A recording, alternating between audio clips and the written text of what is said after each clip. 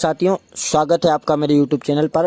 तो जैसा कि आप सभी को पता है, हम लोग साइंस के क्वेश्चन सीरीज को कर रहे हैं और फिजिक्स को लगभग हम लोगों ने ख़त्म कर दिया है। अब हमने केमिस्ट्री को शुरू किया है और जिसकी एक वीडियो आ चुकी है और अब एक और ये नई वीडियो है। यदि आप लोग लगातार वीडियो को देख रहे हैं और चैनल को सब्सक्राइब नहीं किया है तो चैनल को सब्सक्राइब कर लें, और यदि आप चैनल पर नए हैं तो भी चैनल को सब्सक्राइब कर लें। तो चलिए वीडियो को शुरू करते हैं। सबसे पहला प्रश्न हमारा, दो परमाणुओं के समस्थानिक को कहा जाता है। भाई समस्थानिक वर्ड बार बार यूज होगा, इसको आइसोटॉप भी बोलते हैं। आपको ये इंग्लिश में भी याद रखने हैं, हिंदी में भी याद रखने हैं। समस्थानिक को बोलते हैं आइसोटॉप, और एक आएगा समभारिक, इसको बोलते हैं आइसोबार, और एक होता है सम न्यूट्रॉनिक, इसको बोलते हैं आइसोटोन। तो ये चीज़ याद रखना, इससे पूछ लिए जाते हैं। तो दो परमाणुओं के समस्थानिक, समस्थानिक किसे बोलते हैं हम? ऐसे परमाणु जिनके परमाणु क्रमांक समान हो, समस्थानिक कहलाते हैं। तो यही पूछा गया है कि दो परमाणुओं के समस्थानिक कहा जाता है यदि उनमें न्यूट्रॉनों की संख्या समान हो परंतु द्रव्यमान भिन्न हो। न्यूट्रॉनों की संख्या यदि समान है तो वो हो जाएंगे सम न्यूट्रॉनिक या आइसोटोन हो जाएंगे। उनका परमाणु क्रमांक समान हो परंतु उनकी परमाणु संख्या भिन्न हो, या उनमें प्रोटॉन और न्यूट्रॉनों की संख्या का गुणनफल समान हो परंतु प्रोटॉन की संख्या भिन्न हो, या उनके न्यूट्रॉन की संख्या समान हो परंतु रेडियो एक्टिव क्षण विधियां भिन्न हो। तो मैंने क्या बताया था भाई कि उनका परमाणु क्रमांक समान होना चाहिए। तो ऑप्शन भी हमारा आंसर हो जाएगा। अगला है, किसी तत्व के समस्थानिक के बीच अंतर किनकी भिन्न संख्या की उपस्थिति के कारण होता है। यानी कोई तत्व है और उसके जो समस्थानिक है उनके बीच में डिफरेंस कौन सी भिन्न संख्या की उपस्थिति के कारण होता है? प्रोटॉन, न्यूट्रॉन, इलेक्ट्रॉन या फोटॉन। तो जो समस्थानिक होते हैं वो परमाणु क्रमांक की समानता के कारण होते हैं। तो जो होते हैं ये, तो भाई परमाणु क्रमांक यदि दो समान है तो परमाणु क्रमांक किस चीज़ से होते हैं? उनमें दर्शाते हैं इलेक्ट्रॉन की संख्या को या प्रोटॉन की संख्या को। तो ये तो बराबर होंगी। अलग क्या होता है? उनमें न्यूट्रॉन अलग होते हैं, इसलिए ये दर्शाते हैं। अगला प्रश्न है हमारा, किसी परमाणु के नाभिक का आइसोटॉप, यहाँ पर समस्थानिक को आइसोटॉप बोल दिया गया है। तो आइसोटॉप वह नाभिक है जिसमें न्यूट्रॉन की संख्या वही होती है पर प्रोटॉनों की संख्या भिन्न होती है, या प्रोटॉनों की संख्या वही होती है परंतु न्यूट्रॉनों की संख्या भिन्न होती है, या प्रोटॉन और न्यूट्रॉन की संख्या वही होती है या प्रोटॉन और न्यूट्रॉनों की संख्या भिन्न होती है। तो भाई जो आइसोटॉप होते हैं उनमें परमाणु क्रमांक समान होता है। परमाणु क्रमांक यानी क्या हो जाएगा? परमाणु क्रमांक समान है तो प्रोटॉन की संख्या समान है, प्रोटॉन की संख्या समान है तो इलेक्ट्रॉन की संख्या समान है। लेकिन क्या होगा? न्यूट्रॉन की संख्या भिन्न रहेगी। तो ऑप्शन भी हमारा आंसर हो जाएगा।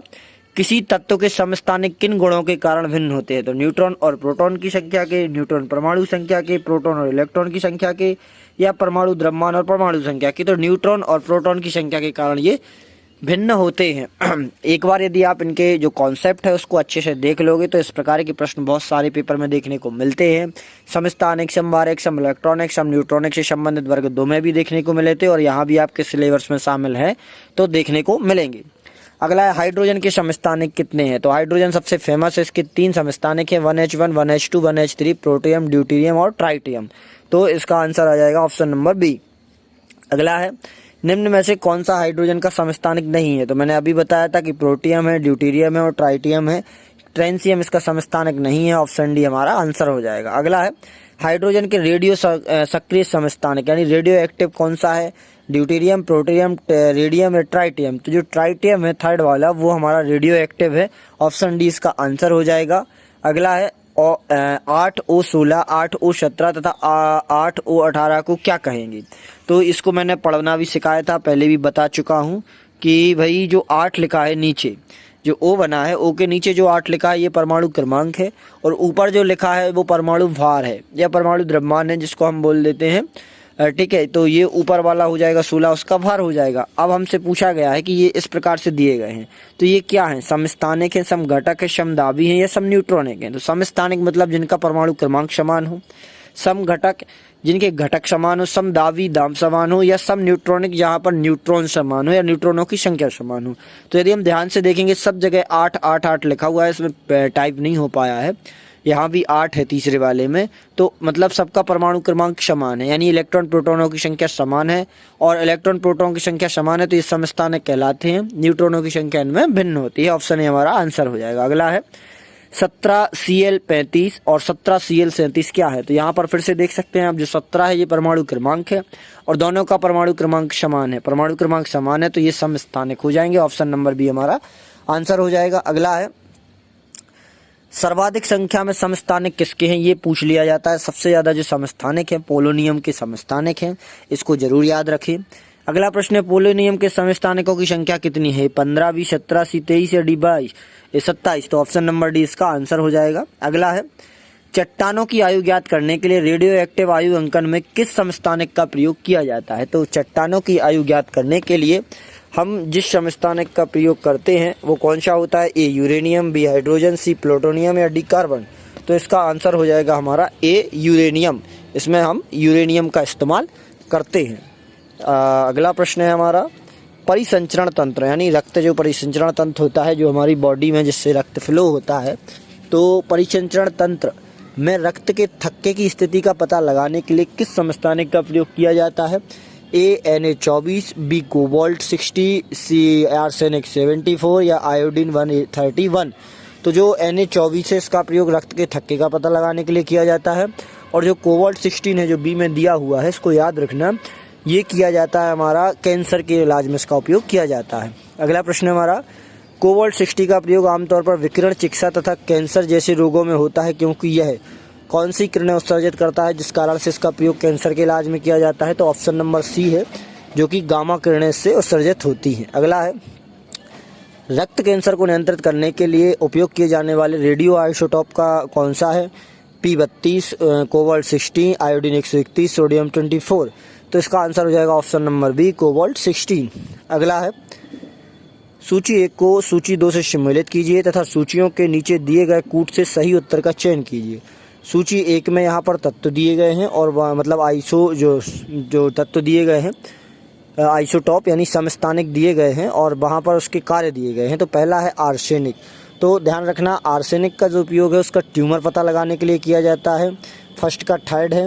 और फिर दिया है हमारे लिए आर्सेनिक 74 है ट्यूमर का, और कोबाल्ट 16 अभी पढ़ा है हमने कैंसर के लिए, और जो आयोडीन 131 है तो आयोडीन का उपयोग हमेशा थायराइड ग्रंथि की सक्रियता को जानने के लिए किया जाता है। और जो हमारा लास्ट है सोडियम 24 आइसोटॉप या समस्थानिक, तो इसका प्रयोग हम जो रक्त व्यतिक्रम या रक्त में जो थक्के जमते हैं रक्त परिसंचरण तंत्र में उसका पता लगाने के लिए किया जाता है। तो इसका आंसर हो जाएगा हमारा ऑप्शन नंबर सी वाला। अगला है हमारा वैसे नाभिक जिनमें न्यूट्रॉनों की संख्या समान है परंतु प्रोटॉनों की संख्या भिन्न हो। देखो यदि प्रोटॉनों की संख्या समान हो या इलेक्ट्रॉनों की संख्या समान हो या उनका परमाणु क्रमांक समान हो और न्यूट्रॉनों की संख्या भिन्न हो तो ये होते हैं समस्थानिक। लेकिन यहाँ पर बात की क्या गई है, न्यूट्रॉनों की संख्या समान है तो ये हो जाएंगे सम न्यूट्रॉनिक, और यदि समभारिक यानी इनका परमाणु द्रव्यमान समान है, भार समान है तो ये हो जाएंगे समभारिक, और यदि इनके इलेक्ट्रॉनों की संख्या समान है तो ये हो जाते हैं सम इलेक्ट्रॉनिक। तो यहाँ पर न्यूट्रॉन समान है तो ऑप्शन नंबर डी ये हो जाएंगे सम न्यूट्रॉनिक। अगला है आइसोटोन क्या होते हैं। आइसोटोन मैंने अभी बताया था जो सम न्यूट्रॉनिक होते हैं इनको ही हम इंग्लिश में बोलते हैं आइसोटोन। तो समान संख्या वाले न्यूट्रॉन ऑप्शन नंबर 20 का आंसर हो जाएगा। अगला है सब न्यूट्रॉनिक होते हैं जिनमें परमाणु क्रमांक समान है तथा परमाणु भार भिन्न है। नहीं, ऐसा तो नहीं है, परमाणु क्रमांक यदि समान है तो यहाँ पर समस्थानिक हो जाएंगे। परमाणु क्रमांक भिन्न है तथा परमाणु भार समान है तो ये समभारिक हो जाएंगे। परमाणु क्रमांक तथा परमाणु भार दोनों भिन्न हैं तो यहाँ पर या ऑप्शन नंबर डी परमाणु क्रमांक तथा परमाणु भार दोनों भिन्न है परंतु न्यूट्रॉनों की संख्या समान है तो option number D most appropriate हमारा आंसर हो जाएगा। मतलब अगला प्रश्न है 36 KR 86 और 37 KR 87। अब यहाँ पर हमें देखना है कि ये क्या है, समस्थानिक है, समभारिक है, सम न्यूट्रॉनिक है, सम इलेक्ट्रॉनिक है। तो यदि हम देखें परमाणु क्रमांक भी अलग अलग है, परमाणु भार भी अलग अलग है। अब यदि हम न्यूट्रॉन की संख्या निकालें तो न्यूट्रॉन की संख्या कैसे निकलती है, तो परमाणु भार में से प्रोटॉन की संख्या को घटा देते हैं, इलेक्ट्रॉन की संख्या को घटा देते हैं। जैसे 86 में से 36 घटा देंगे तो क्या निकल आएगा हमारा 50 बचेगा। यहाँ पर जो परमाणु न्यूट्रॉनों की संख्या ऐसी 87 में से 37 घटाएंगे तो भी 50 बचेंगे न्यूट्रॉन, तो ये सब न्यूट्रॉनिक हो जाएंगे। अगला प्रश्न है हमारा निम्नलिखित में से सम न्यूट्रॉनिक समूह। सम न्यूट्रॉनिक समूह मतलब न्यूट्रॉनों की संख्या समान होनी चाहिए। तो कैसे निकालते हैं, तो जो परमाणु भार होता है उसमें से हम परमाणु क्रमांक को घटा देते हैं या इलेक्ट्रॉन प्रोटॉन की संख्या को घटा देते हैं। तो 6C12 7N14 और 8O12, यदि हम इनको घटाएं 12 में से 6 बचेगा, 14 में से 7 बचेगा, 16 में से 8 बचेगा, यानी न्यूट्रॉनों की संख्या तीनों में अलग है। ऑप्शन बी में यदि हम देखें 12 में से 6 घटेगा 6 बचेगा, 14 में से 7 बचेगा, 18 में से 8 तो 10 बचेगा, यहाँ भी अलग है। सी नंबर वाले में 12 में से 6 घटेगा 6, 15 में से 7 घटेगा 8, 16 में से 8 घटेगा 8, यहाँ पर भी अलग अलग है।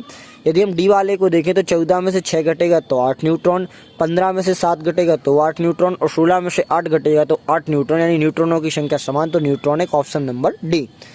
अगला है 3 लिथियम 7 और 4 बेरिलियम 8 है, तो ये क्या है? आइसोटॉप हैं, यानी आइसोटॉप मतलब समस्थानिक है, आइसोबार यानी समभारिक है, आइसोटोन यानी समन्यूट्रॉनिक है, आइसोमर है, क्या है? तो यदि हम इनको घटाएं, यदि इनके परमाणु भार में से क्रमांक को, तो 7 में से 3 घटाएंगे तो 4 न्यूट्रॉन बचेंगे और 8 में से 4 घटाएंगे तो 4 न्यूट्रॉन, यानी ये आइसोन्यूट्रॉनिक है। ऑप्शन नंबर सी इसका आंसर हो जाएगा। अगला है 15P31 तथा 14 Si यानी सिलिकॉन 30, तो इसका क्या हो जाएगा? तो ये भी न्यूट्रॉनिक है, यानी न्यूट्रॉन की संख्या समान रहेगी। ऑप्शन नंबर डी यहाँ पर आंसर हो जाएगा।